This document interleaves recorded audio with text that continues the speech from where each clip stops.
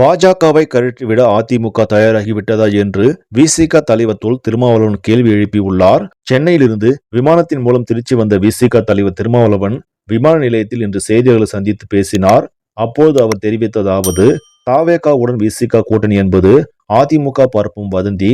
அதிமுக கூட்டங்களில் தான் தாவேகா கொடிகளை காண முடிகிறது. அப்படி என்றால் தாவேகாவுடன் கூட்டணி அமைக்க அதிமுக உடன்பட்டுள்ளதா? தாவேகா தலைவர் விஜய் பல மேடைகளில் பாஜக எங்கள் கொள்கை எதிரி என்று கூறியிருக்கிறார்.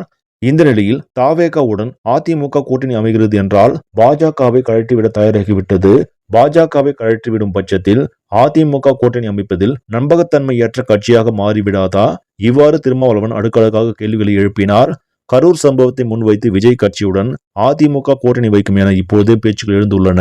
இதற்கு வலு சேர்க்கும் விதமாக தருமபுரி மாவட்டம் அரூர் தொகுதியில் பிரச்சாரம் செய்ய வந்த இபிஎஸ்க்கு தாவேகாவினர் கட்சி கொடிகள் சகிதம் வந்து வரவேற்பு கொடுத்தார்கள்.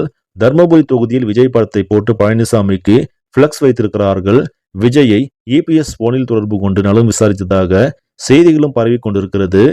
இப்படி கரூர் சம்பவத்தில் தங்களுக்கு ஆதரவாக நிற்கும் அதிமுகவுடன் இயல்பாகவே தாவேகா கூட்டணி அமைக்கக்கூடிய சூழல் உருவாகி வரும் நிலையில் திருமாவளவனின் இந்த விமர்சனம் கவனம் பெறுகிறது. பொறுத்திருந்து பார்ப்போம் அரசியல் களம் எப்படி மாறும் என்று. இந்த செய்தி உங்களுக்கு பிடிச்சிருந்தால் லைக் பண்ணுங்க, ஷேர் பண்ணுங்க. மேலும் இது போன்ற முக்கிய செய்திகளை உடனுக்குடன் தெரிந்து கொள்ள நியூஸ் தமிழ் சேனலை சப்ஸ்கிரைப் பண்ணுங்க. நன்றி.